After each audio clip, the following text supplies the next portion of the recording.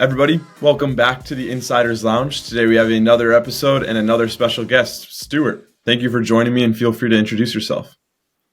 No problem, Chad. Thanks a lot. Thanks for having me. I think I've had a pretty interesting career to date. I think for me, I've been very lucky with the relationships and the connections that I've managed to build over the years. Worked with some very, very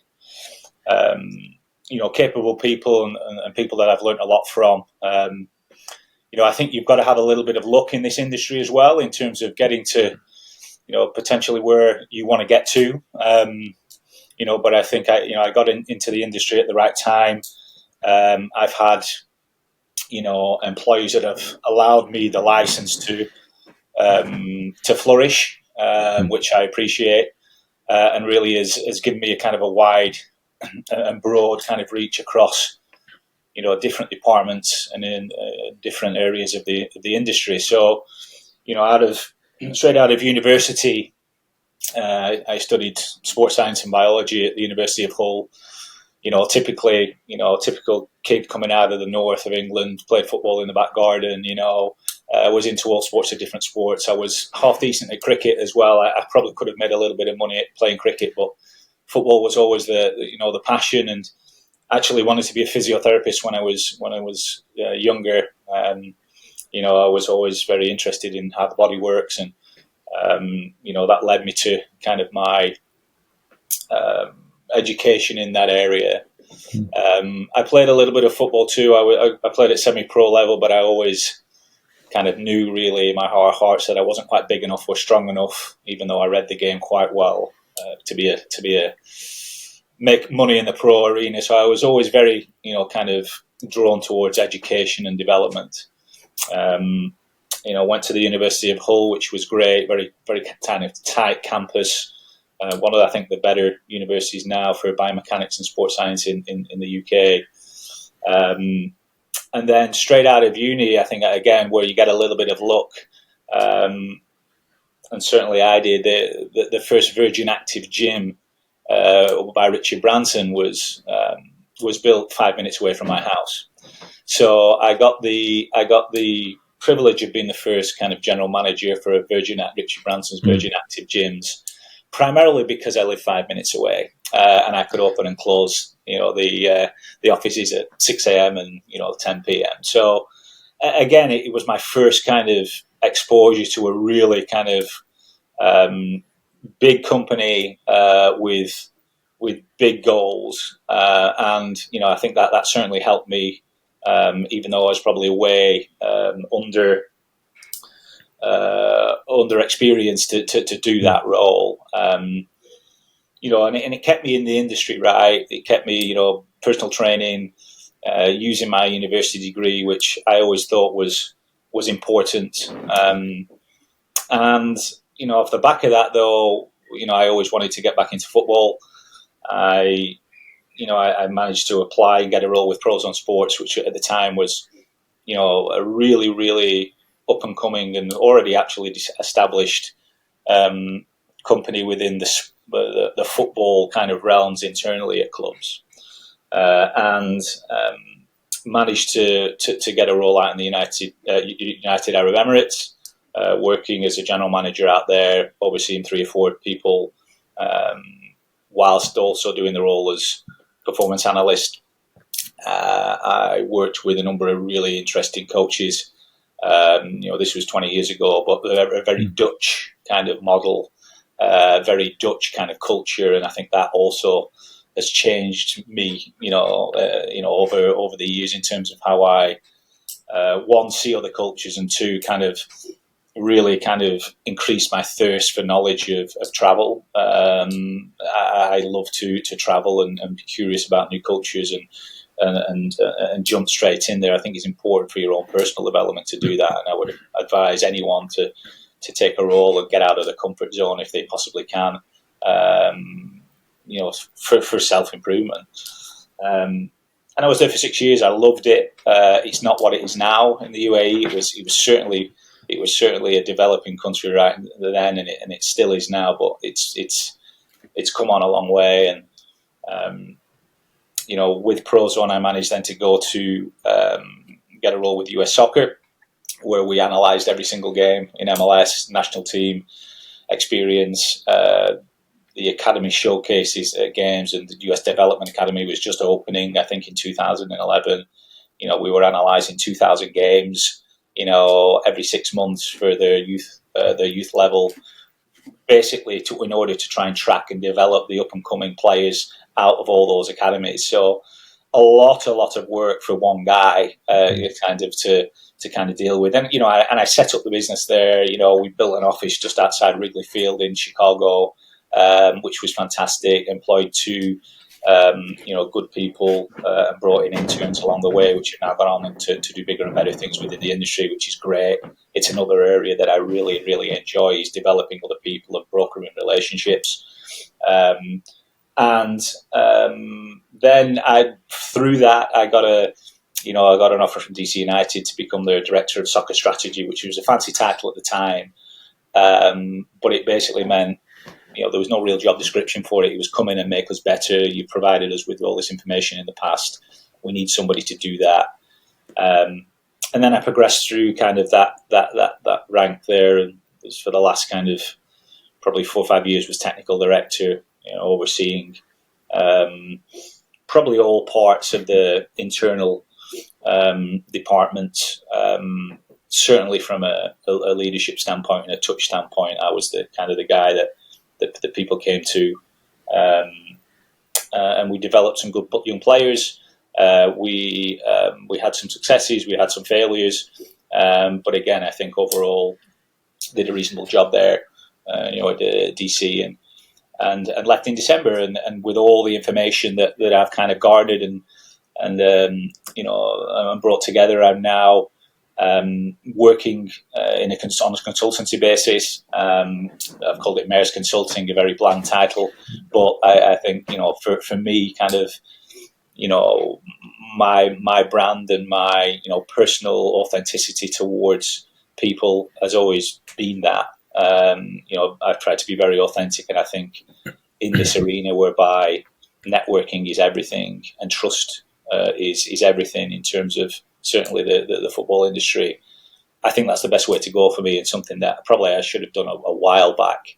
But now I'm really enjoying it. I'm trying to balance my time with my kids going to camp. I'm trying to balance, my wife's gone back to work. I'm trying to balance that relationship. So again, it's given me actually a really good kind of reflective kind of 6 months to kind of step back and really kind of think over what were the really good things that happened to me and how can I improve on them. I always believe in auditing yourself, and self-reflection I think is important.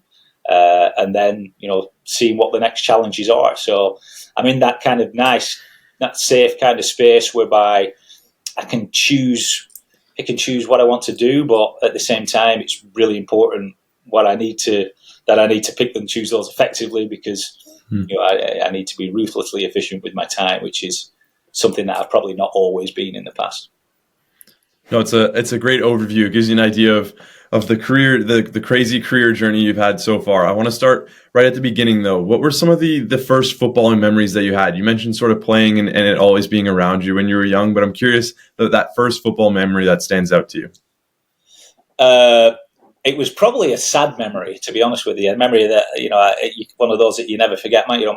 I grew up in Preston, which is a small town in the northwest of England. If you're a football fan in the UK, you're brought up, or you should be brought up, to support your hometown team. So if I was brought up 30 minutes in either other direction, I'd probably be supporting Manchester United, Man City, Liverpool. But I wasn't, and my father took me on, Preston North End when they were in the old third division. And my first memory, I think, was, I think it was the 88-89 season. Going back a while now, in the old stadium at Deepdale, and my father, we were losing 3-1 to the champions elect, which I think was Wolves, and Preston were just fighting for the playoffs. And I love going on and watching the games. And we left 10 minutes early, and we were 3-1 down. And as we were walking out of the ground, one cheer, and then another cheer, and the game ended up 3-3. And I never forgave my dad for that. And then since then, we never left games early.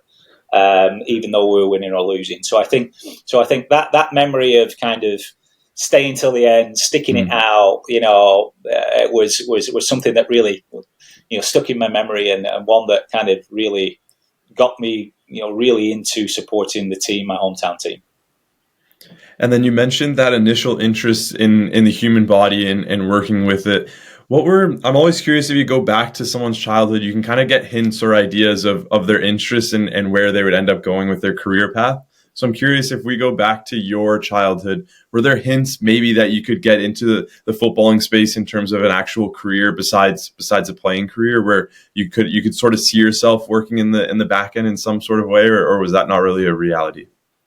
Yeah, I think so. I think, certainly when I was growing up, and I don't want to show my age. I don't class myself as old, but going back when you're before the mobile phone age, and there was no internet. I was always the first one that that wanted to run into school to get the balls. Right, you had 3 or 4 balls in the primary school, and if someone else in your group took it, then you didn't have a ball to play with for the rest of the day. So, I think that togetherness of friendships, and relationship that they're built at an early age through kind of these communal gatherings, whether it's at school or after school. You just wanted to go out and hang around with your friends, because that was how it was done. There wasn't anything else to do, right? You go home, and your mum would say, you've got an hour, get outside, like go and play in the mud, go and take your bike out, and sports were a way of kind of connecting. And I think certainly for me, I've always been a relationship person. I've always really wanted to be part of the party, and that changed a little bit actually when I went to the UAE. But I think for me, really the social kind of connections that are built, certainly in working class areas in the north of England, I think lent itself to being very passionate and cultural about soccer. As I say, I was always naturally quite talented, and was naturally quite aggressive in my want to win, and I think that came from my father, who was also a sportsman. He did track and field, I think, at school. But I think for me, just the want to bring people together, to broker relationships, to enjoy that kind of communal aspect of and social aspect of playing sports. It could have been any sport, to be honest with you. But, for me, that was really where the passion came from. And then you go on games, you learn more about, how the body works. You're inquisitive, you're curious, to kind of Ted Lasso phrase, right? So you're curious about all these things that happen to make you want to try and be the best you can be, one in your social gathering, and you want to be the best in your friends at what you do. And I think the education part comes naturally then. And certainly for me, I was always kind of a little bit older in my mind than what I probably should have been. And I realized and was able to, because of those social interactions, I could read myself quite well. I've always been quite good at self-assessment. And if I'm not quite good at something, and I don't, then I don't necessarily gravitate to actually doing that thing. And that obviously later on in the years, where you need to be able to adaptable, you need to be able to change. Change is good in a lot of aspects. I found that quite hard. So I think that, but certainly that kind of social aspect, and growing up in a amongst like-minded peers and friends, certainly shaped that my values and my thirst for wanting to be, the best I could be, as primarily a sports person, because that was the only thing you could do really to play and get go out with your friends. So again, I think that's a cultural thing, certainly in an area whereby it's very cultural to play sports in the north of England. And then you mentioned the idea that you started working with Prozone, that brought you to the Middle East and to UAE. Now there's a huge interest. You sort of mentioned it when you were talking there. There's this massive interest around the Middle East now, because there's a ton of money being poured into it. A lot of European players are making the shift. I'm curious the differences now between now and when you were there, and sort of if you could compare the two, and then also your role there with Al Jazeera, sort of the insights on that and what that actually looked like for you. Yeah, well, I went over there as both kind of the general manager for Prozone, which was basically business development manager, trying to influence clubs to try and use data and video, which 20 years ago, it's hard enough to do that kind of now, right? The game's progressed, but 20 years ago, going into a Middle Eastern country when you're 23 years of age and saying, hey, put in a lot of money or put down quite a bit of money at the time to use these services. It's kind of like you really are jumping in at the deep end. But I think certainly in the UAE, again, it's a cultural thing, right, as well. I think some of the quality of the play, even back then in some of the Middle Eastern countries, was actually very good. Like the Asian Champions League at the time, there were teams like, from Iran, there were teams from even teams in Uzbekistan. You had teams like Paktakor, you had the Australian teams when they're still involved in it, were really strong. And there were some good players playing out there at that time. I remember when I left the UAE, I think, or left Al Jazeera, I think Philip Koku was just about to come in and manage. Laszlo Baloni was a manager in the UAE, a big manager there, and I think he's now in Metz, or one of the French League One clubs. So, there are a certain kind of some of the standard there was actually still pretty good. I think the cultural thing, though, was always kind of the biggest issue. It was, the UAE players or the Middle Eastern players certainly were very reluctant to leave the UAE, just in terms of that cultural kind of safety net. When I went there, I think 96% of the workforce was outsourced. So only really 4%, only 4% of the Emiratis in the country were actually working. And so I think that's probably, even though a lot of them were very, very westernized and come from very good, Western universities. So I think that's probably the biggest change now, is that a lot more of these, well-educated, smart, Emiratis are actually, taking roles within their organizations in the country. And again, you look at some of the buildings now, look at some of the facilities that these clubs have.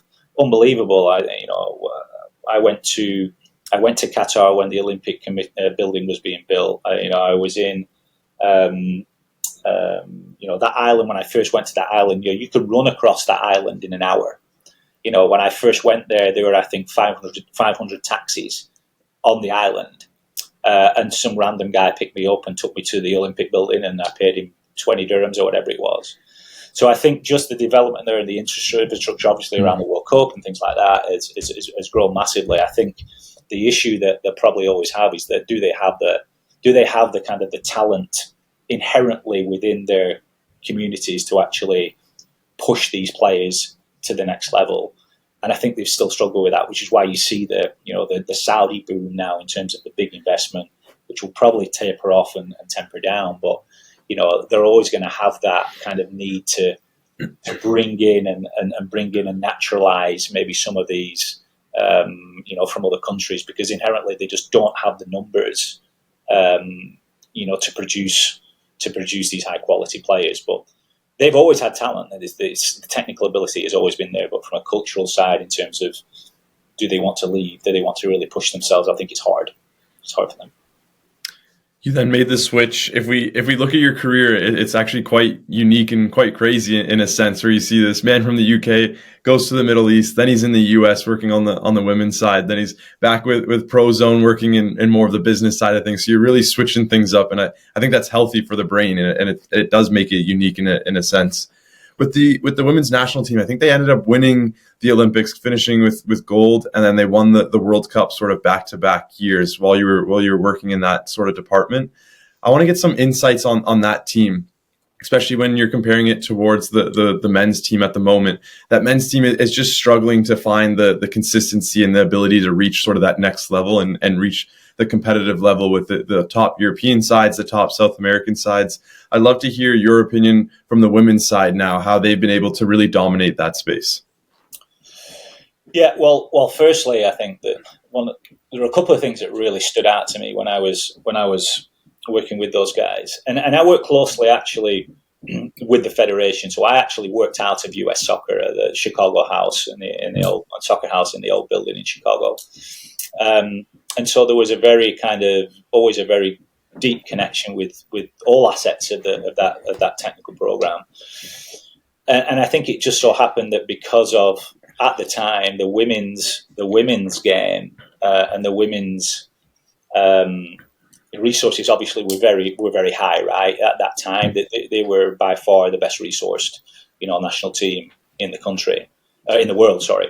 And I think they had people in those areas that were very, very niche at what they did. You had we obviously had Jill Ellis as head coach.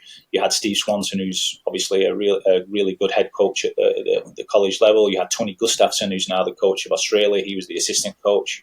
You had Dawn Scott, who's a pioneer in her area on the women's game. And I'd like to think I knew a little bit about performance analysis in that space at that time. So I think having the right people in place, which is, funnily enough, going to be a really big issue for the men's team right now, I think was key to kind of driving that team forward, because each of all those coaches were head coaches in their own right, and they were all leaders in their own right. And so, I give Jill a lot of credit, in terms of for that, and she has been getting a little bit of kind of stick recently, in the press. But I think, her ability to put people around her that maybe covered up for some of her weaknesses was a really strong point, because it allowed all the people in the group to gravitate towards a specific coach, right? So the younger girls will probably gravitate to Swanson, to Swanee. The more technical will probably gravitate to Tony. So I think having that collective kind of culture of there's something for everybody, and you can go to any one of these head coaches for any questions and you'll get a solid answer, I think was important, because in that group, you had alpha females. Like, there were alpha females in that group, and I don't think there'll ever be a group like that certainly in the US. You look at the young group that they have now on the women's side, and that group, Wambach, Morgan, Cheney, Carly Lloyd, Christy Rampone, you had Becky Sauerbruns coming through. These are leaders, right? They're all leaders. Shannon Box, they're all leaders. And I think to be able to bring that group together and, for 8 weeks or whatever it is, put aside all the BS and say, well, this is what I'm here to do. I'm here to channel you guys to win. And to be fair, Jill did that. She did that. I think that's probably the legacy that she should have. Because I think that the alphas that were on that group was took some managing. I think that was a big eye opener for me in terms of the professionalism and the level straight away, right? Coming from working with Dutch coaches at the level, the attention to detail, going to the women's game, every kind of staff member was on their game, ranging from the equipment manager right the way up to to the head coach. And I think that's really, really important at a national team level, because the players will suss you out, the players will smell it.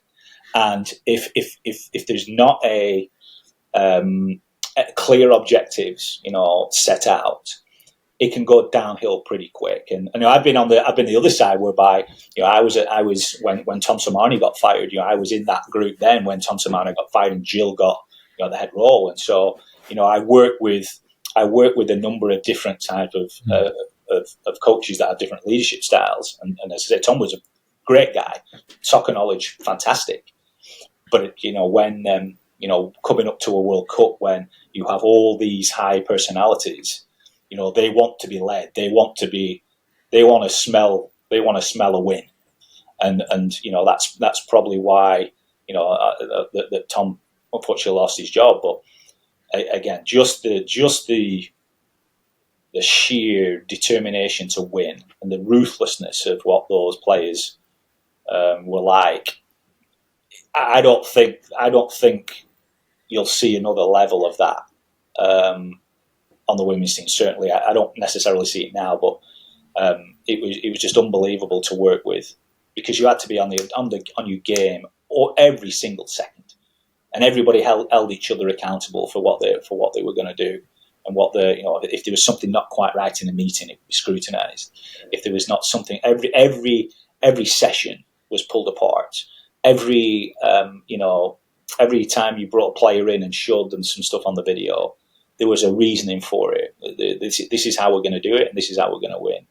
Penalties, even we practiced penalties after every single session. Like, you know, there was a great article the other week on how England got over their penalty slump. You know, in terms of, you know, we were filming the girls walking from the centre circle to the spot, the demeanours, the mannerisms. We took tallies of them, and we had all that stuff was preparation was done, and so, you know, going into the World Cup, we didn't actually start that well, and I think it was after the China game where we won 1-0. We got out of the group, and I thought to myself, there's no team beating us here, because we'd come through a bit of adversity and they won 1-0. I think Carly scored, and then we ended up playing Germany, and then the Japan game was wild, you know, the 40-yard chip from Carly. But I think just, right? You know that I think we're not going to lose this. And that it's that level of high performance that certainly was a really joy and a pleasure to be in, but hard. It was tough. Like, you were under the gun, and it was a really good exposure for me for the pressures of high performance. What did your role actually look like? You mentioned with the penalties there and sort of that analyzing stage. I'd love to hear more of the analysis side of things with the federation, what your role actually looked like day to day in that sense. Yeah, just in that on that topic, you know, the preparation started 2 years before the World Cup. So, you know, there were long back in that day, you know, there weren't women's games really being televised. You know, you had to go on dodgy streams from China, you know, to capture games for recruiting purposes, not knowing who you were going to play in the different rounds, you know, because obviously the draw hadn't been made yet.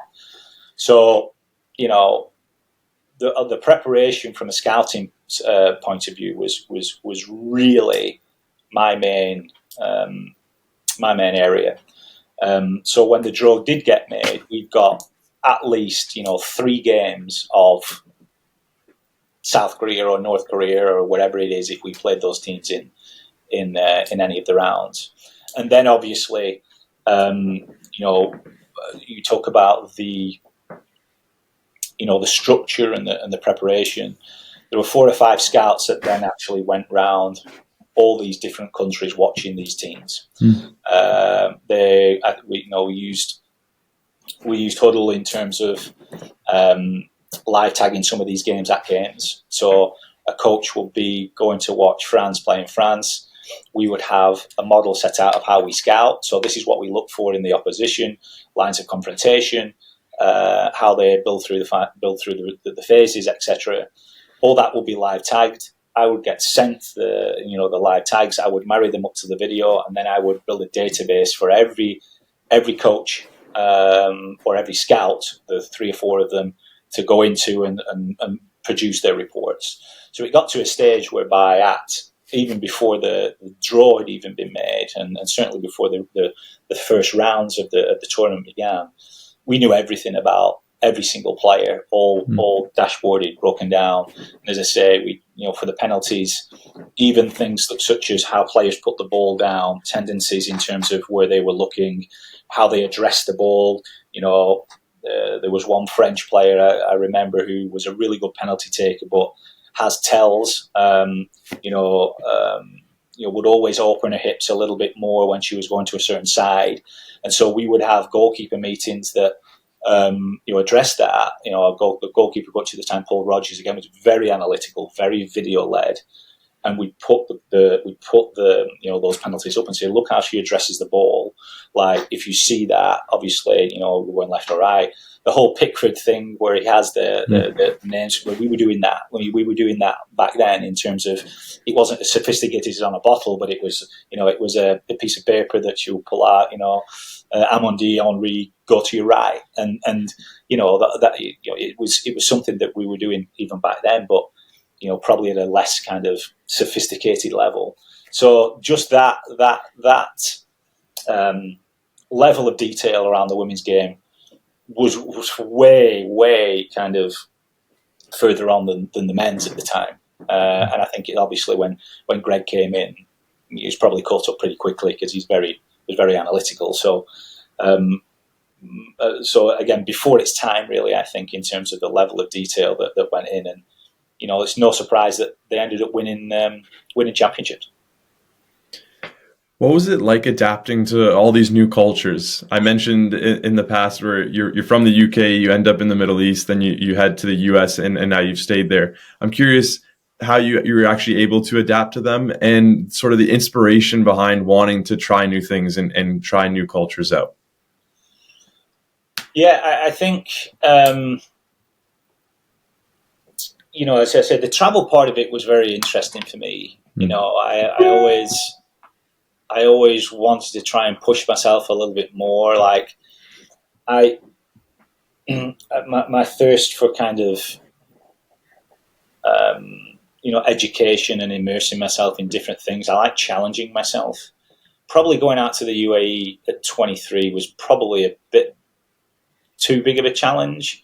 Not in terms, like, looking back on it now, I think, what are you doing? But, somebody put an opportunity in front of me at that age, and I could have said I don't want to go out there, but I didn't. I dropped everything. I had a girlfriend at the time. I dropped her.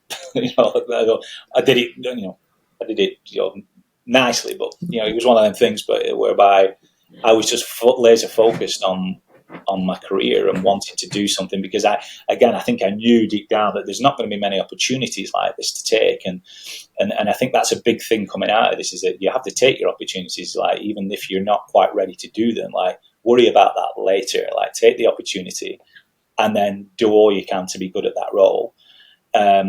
I liked the fact that I was doing it myself as well. I liked the fact that I was going out there and I could build something on my own, which I've always been kind of into. And this is why the consultancy part of this, what I'm doing now, is really interesting for me, because, certainly at a league level and a club level, there's only a certain amount of things you can do. You can either develop or you stay stagnant. And so for me, going out in the Middle East and learning different cultures really helped me, but it also changed me. I was very competitive. I was always the best at what I was doing. And that was ingrained into me by my father. Like, he wasn't a pushy father, but he was like, you're going to extract every last ounce of talent you've got and be good at it. And at the time, I wasn't always, on board with that. But going into the Middle East and having that culture of, you're going into, Sheikh's office and having to do certain things that you're not used to, it certainly kind of leveled me out a lot. There was times whereby you have to be extremely patient, with that culture. And if you go in there guns blazing and saying you want this, that, the other, that's probably not going to work. So from a emotional intelligence point of view, it really helped me, because it probably toned down a lot of my kind of instinctual, kind of not will to win, but instinctual aggression of, I want this, but now I'm kind of like, okay, I'll take a step back. I've got to understand your point of view, because otherwise I know that I'm not going to get this done. That kind of definitely changed me in terms of the way I, speak to people now. Like the tones of which I try and use with people are certainly not the tones that I had kind of coming out of my first kind of year in the workforce. So I think, going out there at a younger age certainly changed me, and it allowed me to step back a little bit more, or it taught me to step back a little bit more before I kind of entered the conversation. And so what I'll find now is that I like to listen a lot more. I like to listen, first of all, certainly in negotiations, when I'm having, negotiations with either when I was transferring players, when I'm talking to players. Listening and being a good listener, I think, is a really, really important trait of being a good sporting director, because everybody is different. Everybody has their own things going on. And if you can't listen and put yourself in their shoes, you're probably not going to get that transaction that you want. So for me, immersing myself in a different culture certainly helped me to do and develop that aspect of my personality. I want to dive into your time at DC United. So first, how did that opportunity first come around? I know it was a bit of an interesting time for you, where you're working with the women's national team. You had sort of had a little bit of a break between working in professional men's soccer. So I'm curious how that came around. And then let's just dive into some of those key achievements, some of those insights that you had during your time there. Yeah, as I say, I was at DC for 7 years. I think that's a long time. It's, again, very lucky to get that opportunity to do, what I wanted to do. It was a pretty blank canvas when I came in.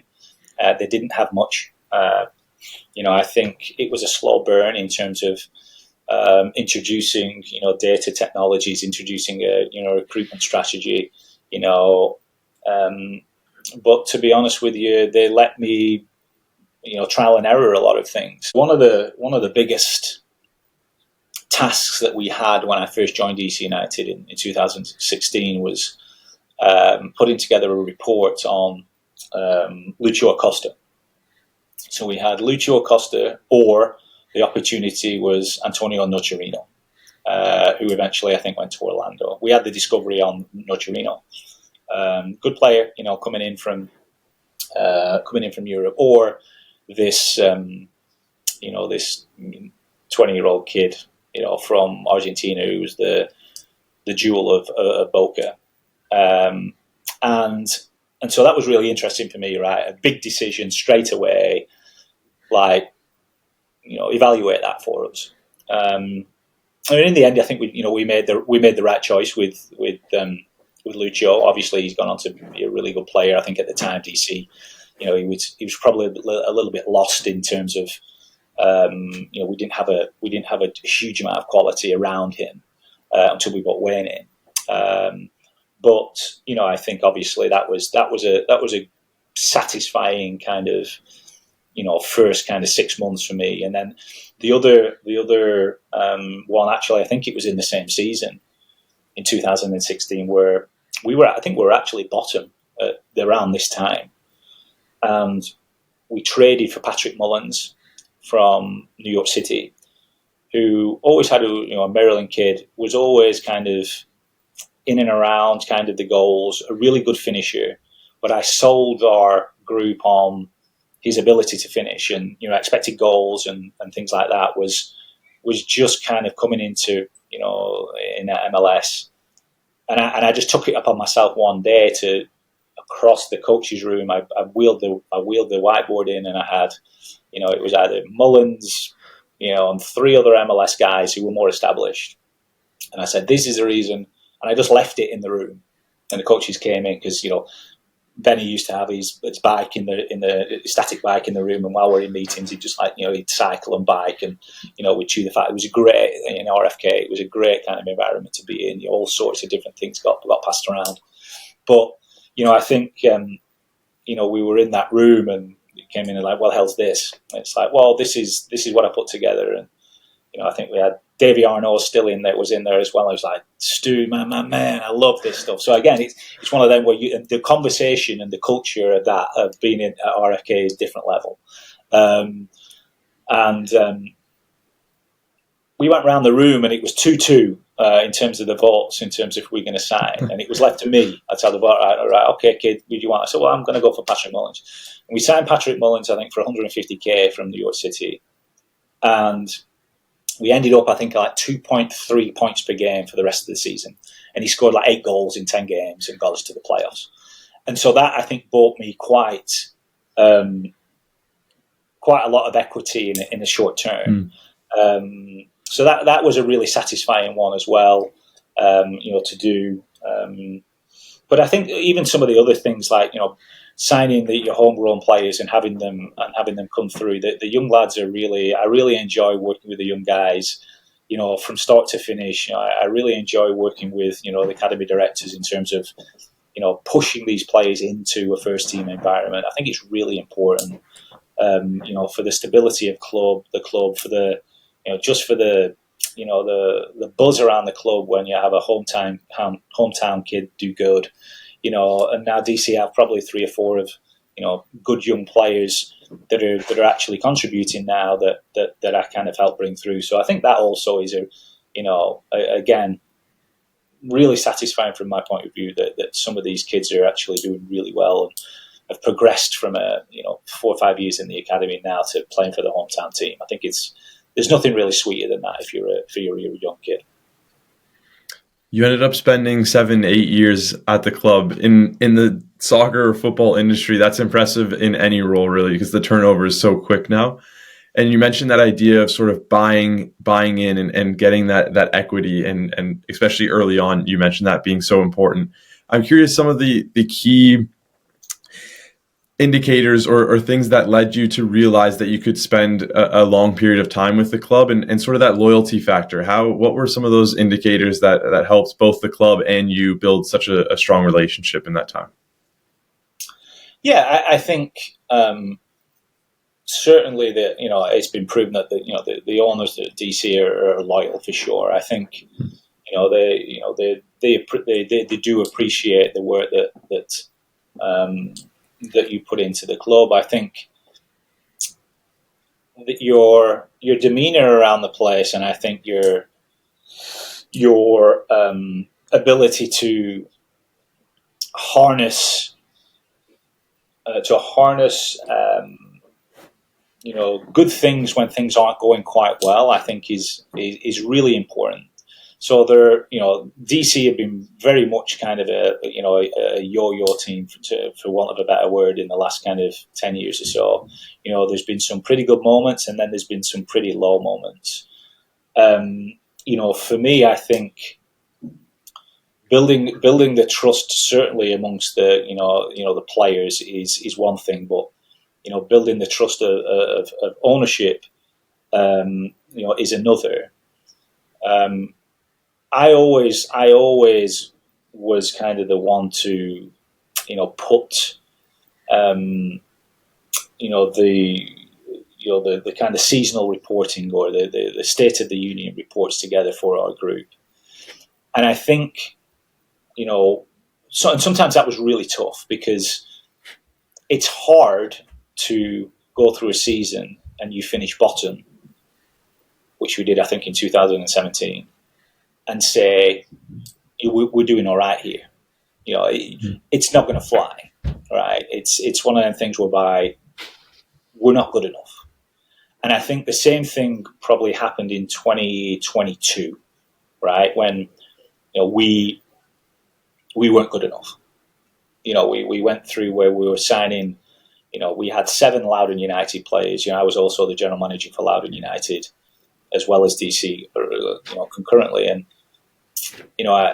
someone said, "Oh, it's great, you've got 7 Loudoun United players that are playing for your DC." I said, if we've got 7 Loudoun United players playing for DC, we've got a bit of an issue. It's great for them, but we've got a bit of an issue. So I think when times are not great, being, again, my ability, I think, to be authentic and say, listen, these are the things that we need to work on.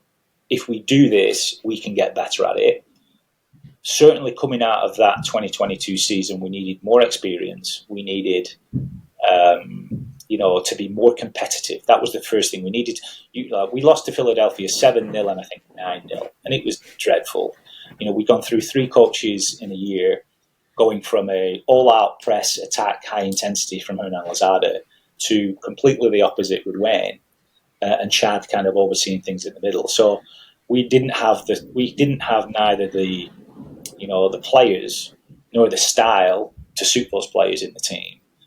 And so, the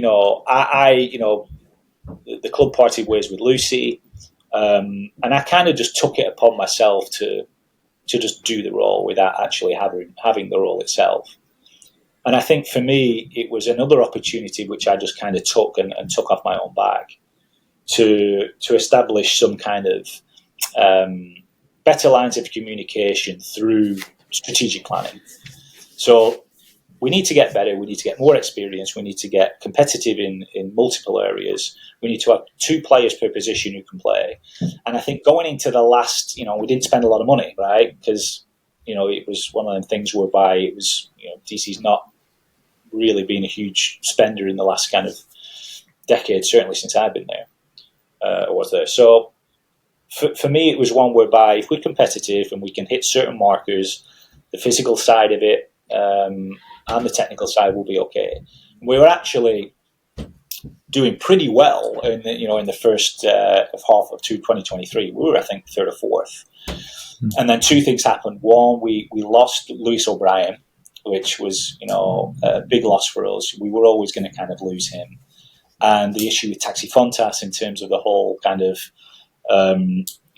racial thing went down. And we lost a DP and arguably one of our best players.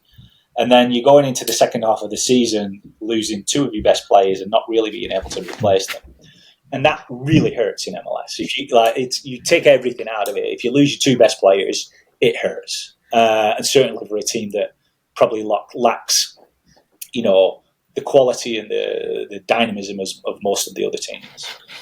And so I think we ended up in the last game of the season very oddly in the playoffs, but couldn't do anything about it because every other team was playing. So we would be out of the playoffs, and we had to wait a week because we didn't play. We had to wait a week in the playoffs, knowing that we were still in the playoffs, but couldn't do anything about it. So it was kind of a disappointing end, to be honest with you.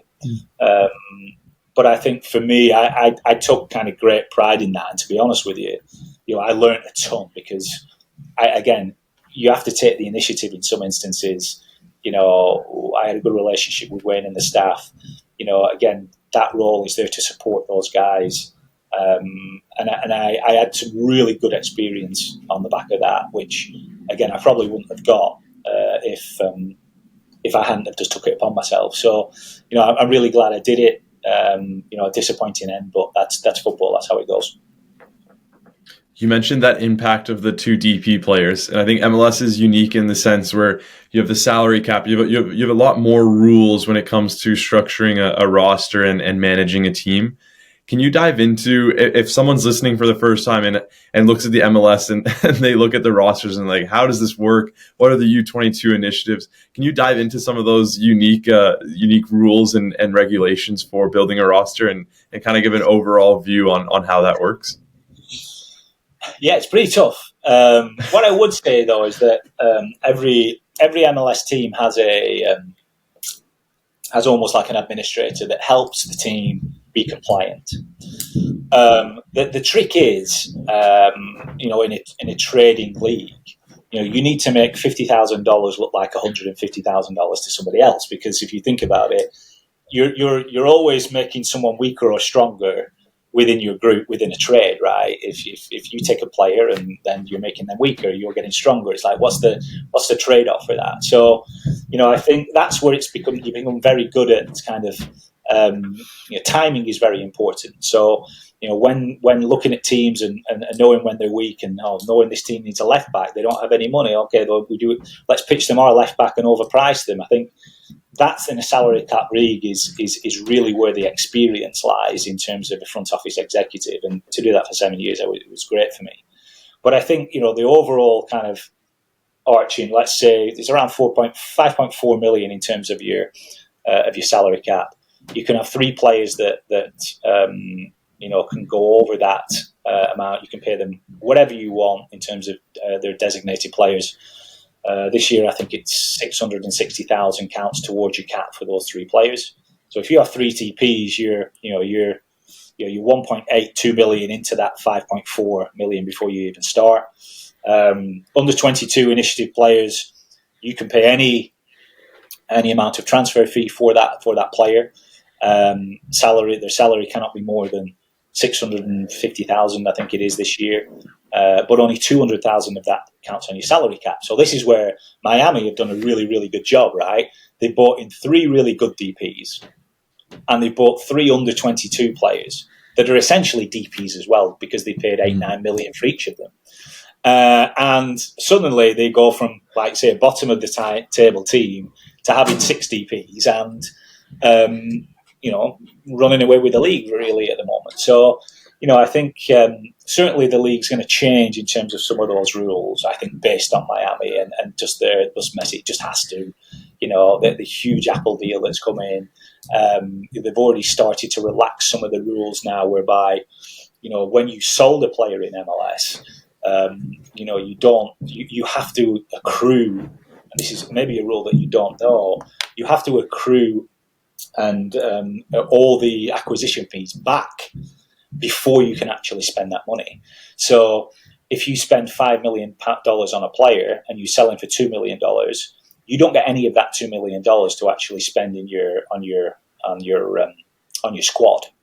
So you only you can convert up to, or you were allowed to convert up to 1.2 million on any excess that you gain, which is not a lot. And they've changed that now to 3 million. So let's say you sell a homegrown player, which is you retain most of that money if you sell a homegrown player. 5% goes to the league of the transfer fee, and the other, I think, 95% goes to you can spend on the club side. You can convert up to 3 million of that now and put it into the salary cap. The rest of it has to go to infrastructure or owner's pocket and things like that. So there are certain rules and regulations that actually probably need to kind of be adjusted, simply for the fact that the US now is, an MLS is developing a lot more young talent. And if owners are putting in a lot of money for their academies now, which similar to England, 10 years ago when EPPP came in, the academies got a lot more formalised. There was a lot more resources put into the academies and youth development, and England is seeing the benefits now. That's pretty much the same as what's happening in MLS in terms of some academies now are putting in, spend between $6, $7, $8 million per year on their academy. That's a lot of money for an owner to spend on an academy where historically 1% of your academy will make it to pro. So I think the ability of the league now to recognise this and open up a little bit more channels whereby you can get more of a return on your investment, but also be able to relax the rules and invest in some of your squad, I think is the right move, from the MLS. So lots of different rules and regulations. Most of them are just, from an outsider, are just weird. They're just strange. But they're not necessarily overly complicated when you've been in it for a little while. I think the biggest challenge that certainly Europeans have when they come over to MLS is it's a lot more kind of relaxed, and there's a lot more things that are done in order to drive the promotion of the league rather than the club. And I think that's when some sporting directors find it a little bit harder to kind of fathom that kind of parity around the league. The league is driven by everybody and every owner doing well together. That's why you see some of the franchise costs now going through the roof. And I think that's probably still a good thing for the league.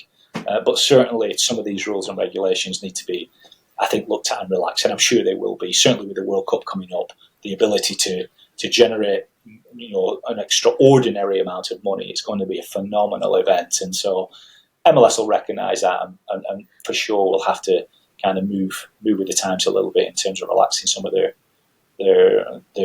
kind of the governance procedures. I want to get your quick opinion on this because you've been so experienced in this space. Promotion, relegation. What are your actual thoughts on it, and where do you see it going in terms of the US structure? I don't think it'll happen. That's not to say that I don't think it should happen, but I just don't think it will happen. I think there's just too much already invested in too much power that the ownership groups have right now. why would I pay 500 million for a new franchise and be in the second division? I don't think it would happen. I think certainly for on a different level. I think it's an interesting concept. From an off-the-field level, it's an interesting concept. There's been a lot of change with regards to playoff structure during the Apple deal, right? In terms of viewerships and things like that. The league does. I think the US in general commercially does a fantastic job, better than anybody at marketing their teams. But I think MLS still is in an area whereby you're probably third or fourth biggest sport within within the country, and it needs to generate the right viewership in order to drive the quality of the league.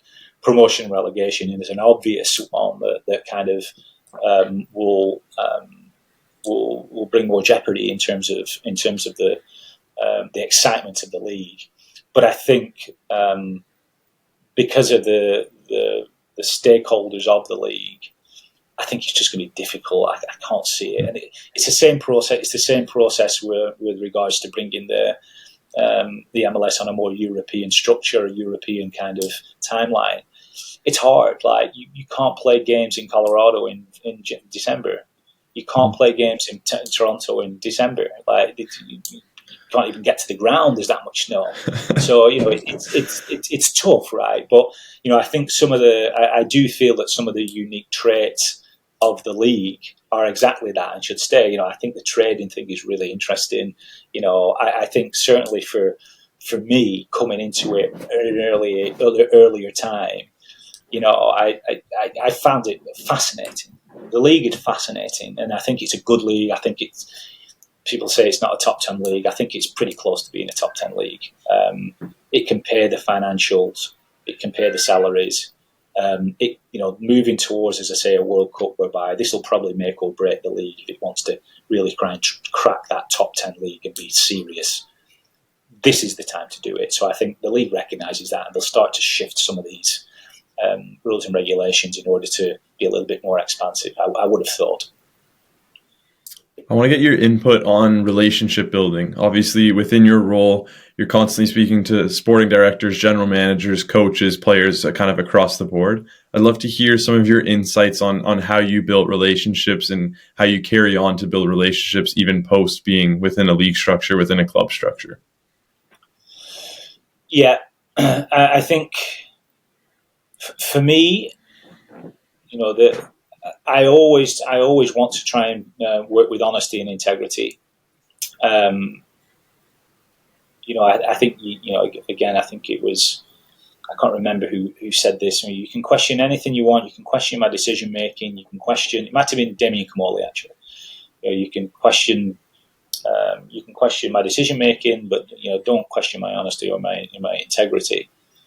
And I think adding authenticity, I think, certainly in terms of my personality and how I want to work is really important. Like I don't really have kind of the time or the energy to deal with people who are not really authentic and not really wanting to understand me. I think the way I portray myself in and around the club, I think was always in quite a professional manner. I always try and stay very neutral in terms of when I'm speaking to people, simply because I don't know what that other person is going through. I don't know if that person is having a hard time. I try and treat people equally. On the flip side of that, at some point I'm going to have to cut somebody. So I've never been kind of a fan of really getting too close to players or even too close to staff, because there should always be, that level of, a level of, intensity or a level of, vulnerability within those relationships, because that I think drives it drives innovation, it drives attention, and I think being quite level-headed and even keel works for me, because I may not necessarily have, I wouldn't like to necessarily call, people that I work with friends. I think that's important. It's important for me because it allows me then to build up relationships, but relationships that are genuine and relationships that are built on the professional environment, which is we're all here as a team to win. There was a great quote that I loved, and I think Jill used it. I think Jill was the one who said this when we were at the World Cup. It was, you won't all be treated equally, but you'll be treated fairly. And I think that's really a really interesting one, a really good quote, especially when you've got a league whereby you've got Christian Benteke, you've got Olivier Giroud playing with a college kid or an academy kid who's on 65 grand a year, and you've got Messi who's not. So, those relationships and talking the same to Messi, you can't talk to Messi the same as you would talk to a college kid, right? But what you can do, you can develop a relationship whereby everyone within that team is treated fairly. And I think if you're open and you're communicative about that, you shouldn't have any issues. And I never really had many. There were never really any really big issues at DC United amongst the players and staff. It was always quite a blue-collar, hard-working group, the staff and the players alike. And so it's easier then when you're all kind of pulling towards the same thing, sometimes adversity, sometimes not. It's easier to bring people together. And then if you bring people together, you automatically develop a little bit of trust, right? You develop trust in people through your work experiences. And so the words that you use, the tone that you use, the ability to listen and sit back and say, okay, I hear you. Take a step back, come and see me later and we'll have a chat about it. I'm reading, I don't read a lot, but I'm started listening to a lot of podcasts, and I'm listening to one because I'm terrible at the moment. I'm having a hard time with the tone that I use with my children. And so I'm listening to the podcast Good Inside by Dr. Becky. And it's like one of the terms she says is be the CEO of your kids, be the CEO. So act like you are the CEO of your children. And I think so a lot of those things kind of translate into the work environment. Like, people see you as that kind of head person. Like, you need to be the CEO. You need to be able to communicate with everybody in a positive way, to build that trust and build those relationships. But at the same time, I think I'd like to be kind of judged on the fact that I could be very open, honest, while still being quite professional in terms of if the conversations needed to be had, we could have the difficult conversations, walk out of the room, and everybody would still be okay with it. You'd still be, you could forget about it, put it, wash it away, and you're on to the next thing. So I think that's the way I tend to want to work and try to work. Yeah, I like that idea of keeping things professional, even in an environment where you obviously want to become friendly and almost become friends with your coworkers, but the reality is that this sort of industry shifts so much that you have to be careful. You have to find that fine line between being professional and being friendly. I wanted to get into the consulting side of things. Obviously, that's your day-to-day work now. Consulting is a broad term, and I get the question a lot. What is consulting? How does it work? What does it mean to be a consultant? So can we get into the inspiration behind wanting to go down that route and sort of what your day-to-day looks like now and where you see the role evolving? Yeah, I think for me, I think the two biggest things in terms of where I see myself kind of thriving. One is my network. I think just through being in the game for a long time, at various different levels and working in various different departments, I think my network is probably as good as anyone. You've probably never heard of me, but my network is probably as good as anyone within the industry. So it kind of makes sense to try and leverage some of that, right? The other aspect is obviously being in American sports and being in the US, and MLS at a time whereby it's generating a lot more value in its younger players. World Cup coming up, knowing kind of the rules and regulations of the league, can I help broker some of that network and those relationships in terms of facilitating potential moves within to MLS for either players, for staff. On the flip side, obviously I did a lot of work on the college scene with Prozone. When we were at Prozone, we did a lot of the video exchange work with some of the big conferences, ACC, Big Ten, SEC, men's and women's side. So now, can I broker some of those relationships? I'm working with some of those colleges in order to take them into Europe, for training camps. It is part of my work. And the other thing also that I'm doing is, there's a lot more, investment in clubs now is the in thing, right? It's in vogue for American investment, and I'm working with a number of different European clubs in order to try and source investment for those clubs.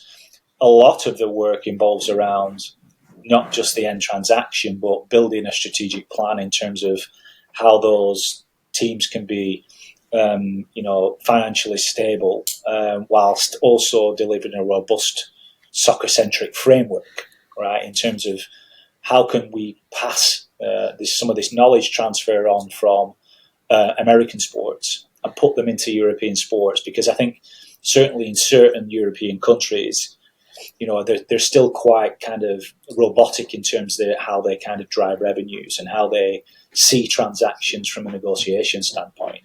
And so some of the kind of the abilities and nuances that I've picked up in trading players and being creative, and how can you generate 150,000 from 50,000? I think those are some of the kind of the institutional knowledge in organizational design that I've kind of learned and can build and bring to clubs. And that's how I'm kind of brokering kind of that investment, saying this club is actually a pretty well-run club. It needs a bit of knowledge. It needs a bit of strategic advice. It needs a pathway. If you can do that, it's going to cost you X. And it will be a really, really good investment for you, because, they've broken even, or the last 3 years they've broken even when they've included, player sales. So I think there are many clubs looking for that right now. They're trying to jump on the back of this, American investment. And I think those three areas: investment, kind of, service providers to colleges and touring, and players and staff transfers are three of the things that I'm kind of really looking into right now. And, harnessing and leveraging my network and my knowledge of league governance around MLS and the rules to try and help people move in and out of the league. It's a great way to sort of keep your mind tuned in on each of the specific topics that you were working in previously. If we look 5 years in the future, could you see yourself going back into the club side, or are you more sort of stuck in consulting and being able to work around your own hours and sort of, you mentioned at the beginning, make your own choices on what you see doing next? Yeah, I think, to be honest, and it's an on the fence answer, I'm open. I think I would absolutely. I miss the day-to-day. I miss the day-to-day interactions for sure. I can't say I miss too much the sporting director or the technical director, the role per se. I like to build things. I'm a builder. I certainly would like to kind of have another opportunity. I think working in an organisation that has a progressive mindset. I think for me that's I really enjoyed my time at DC. I learned a ton. I've got a lot of experiences. I think translating those experiences to the right team, the right ownership group, I think would have to be number one for me. But in all honesty, I think probably my best skill set right now and my best workings of what I'm doing right now, time will tell whether, for me, this is a long-term solution. But just being able to kind of come out of that crazy world right now and do something whereby it keeps my kind of my toes wet in terms of, the work that I'm doing now is obviously still aligned with, being in a club. So, I don't want to lose that relationship, but certainly, for me, the idea, I'm not precious about being a big name. I never have been. Probably one of my biggest kind of faults is I'm not probably a self-promoter. And probably in this day and age, you probably need to be a little bit of that. So I'm more than happy being in a role where the role is valued and where I find value in that role.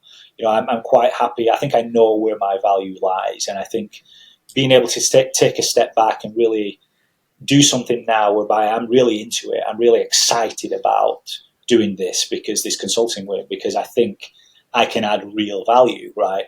I think what I'm doing is I'm pouring gasoline on the last 5% of the conversation that gets a deal over the line, because I've done that and because I'm good at that. And so, being in a club environment, yes, I miss the 3 points on a weekend. I think you'll never not miss the 3 points on a weekend and taking that step forward. But being there and doing it, certainly in a tough environment, like I was in DC. As I say, I can't really be too, critical, because I learned so much along the way, and it's put me in a position now whereby I've almost gone over to the dark side, right? I've almost gone from a club environment to the dark side of being more talking with agents and more talking with moving players and things like that. But my experiences have led me to that point, to a point where probably it's an area where I'm more suited to. So everything is open. I think I'm in a sweet spot now in my career whereby I'm enjoying it. But who knows? I think probably in 5-10 years' time, I'll either be doing completely something different, or I'll have advanced this kind of role that I'm doing now, or created even a new role in the club environment, which is built around what I'm doing now. So I'm excited, and I'm really enjoying myself at the minute. We've run a bit long, so what I'll do is we'll do some quick fire questions to end off here, and then we'll wrap things up. So first off, you've mentioned a few assets in terms of like mindset and abilities that you have to work in your space. I'm curious your most valuable asset, whether, like I said, a mindset or a skill trait that you have that you find extremely useful. There are probably a couple. I think you have to be selfless. The mindset and the ability to change, I think, really helps you from an emotional intelligence point of view. I feel as though I have quite a good understanding of reading people, just from the fact that I've always been, from a very early age, quite a wanting to work as part of a team. I really enjoy seeing people do well, from those that I've tried to help develop. So positive mindsets, I think the ability to self-reflect, to listen, are really important traits that enable me to be quite authentic. So I think authenticity is probably what most people would say about me. I don't take myself too seriously, but at the same time, the saying kind of don't take my kindness for weakness, I think is a probably good saying for that encapsulates myself. And again, in some instances, that's probably hindered me, but I like to think that I'm emotionally intelligent enough to read a room, and that's really important from a sporting director or a technical director's point of view. If someone's listening in and they're either trying to break into the soccer or sports industry, or they're trying to advance their career, what's a line of advice that you have, just something that you can help them with as a part of their journey? Take any opportunity you can to develop the skill sets that you think will be appropriate for your destination. It doesn't have to be in the sport of your destination. Go to your local team, go to your local clubs, assist in, offer part-time freelance work, offer work that you think will be valuable, because I think the key at any level is to provide value. And if you can provide value at your local team, that will get you on the map. You have to be a promoter now. You have to promote the work that you're doing as well. So, listen, learn, try and find a mentor. I never did, but try and find a mentor that can help you along the way to get to where you want to be. But and hard work as well. I think you need a little bit of luck, but hard work. Show some initiative, and don't be afraid to do kind of the dirty work, and put yourself out there, and try and provide value to an organization.